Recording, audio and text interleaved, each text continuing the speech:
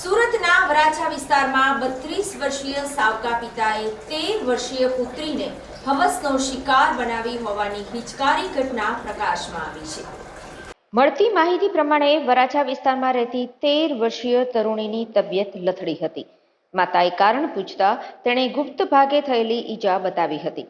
તેનું કારણ હતું સાવકા પિતાએ રાત્રે ગુજારવામાં આવેલો પાશવી બળાત્કાર। તરુણીએ જણાવ્યું હતું કે મધરાત્રે 2 વાગે છત ઉપર સૂતેલા તેના પિતા નીચેના રૂમમાં આવ્યા હતા અને તેને અડપલા કરવાનું શરૂ કર્યું હતું। બાજુમાં જ નાની બહેન અને 2 સાવકા ભાઈઓ સૂતા હોવા છતાં પણ અવાજ કે પ્રતિકાર કરવાની હિંમત કરી શકી ન હતી। હવસખોર પિતાએ સવાર સુધી તેની સાથે વિકૃત વાસનાનો ખેલ ખેલ્યો હતો।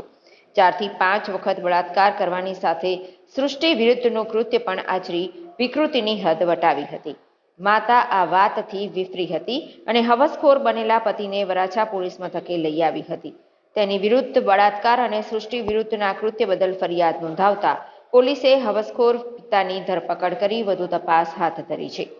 બિહારની વતની યુવતીનો પ્રથમ પતિ 2 પુત્રીને જન્મ આપ્યા બાદ અન્ય યુવતી સાથે ભાગી ગયો હતો। 2 પુત્રીને લઈ યુવતી સુરતમાં ભાઈને ત્યાં રહેતી હતી। 10 વર્ષ પહેલા યુવતીએ એક યુવક સાથે લગ્ન કર્યા હતા।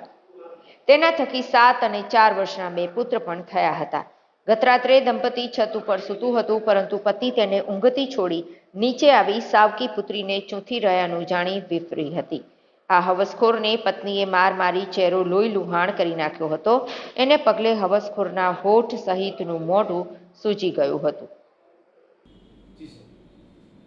સુરત શહેરના વરાછા પોલીસ સ્ટેશનમાં ગઈકાલે એક સગીર વયની દીકરી ઉપર તેના સાવકા પિતાએ બળાત્કાર તેમજ છેડતી તેમજ પોક્સો એક્ટ હેઠળ ગુનો આચરેલ હોવાની આ દીકરીની માતાએ ફરિયાદ નોંધાવેલ છે।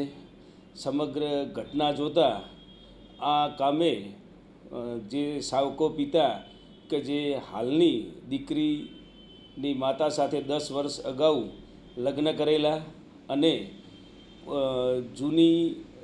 જૂના પિતાની 2 દીકરીઓ તેમજ હાલના લગ્ન જીવન દરમિયાનના 2 સંતાનો એમ 4 સંતાનો સાથે એનો પિતા રહેતો હતો અને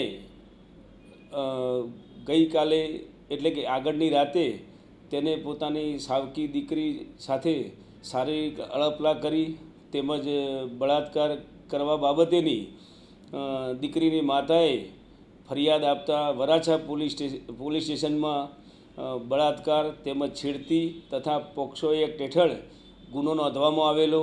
તાત્કાલિક આ ગુનાની નોંધણી કરી અને માનનીય પોલીસ કમિશનર શ્રી સુરત શહેર તેમજ સ્પેશિયલ કમિશનર શ્રી તેમજ ડીસીપી ઝોન 1 સરના માર્ગદર્શન હેઠળ પોલીસ ઇન્સ્પેક્ટર શ્રી વરાછા અને તેમની ટીમે તાત્કાલિક આરોપીને ડિટેન કરી અને ધરપકડ કરવામાં આવેલી અને FSLની મદદ લઈ વૈજ્ઞાનિક ઢબે તાત્કાલિક તપાસ હાથ ધરવામાં આવેલી છે।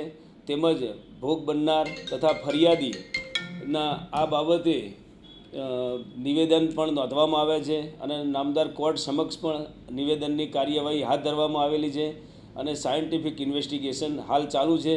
આરોપીની તુરંત જ ધરપકડ કરી અને જરૂરી મેડિકલ ચેકિંગ માટે અને એક્ઝામિનેશન માટે મોકલી આપવામાં આવેલ છે।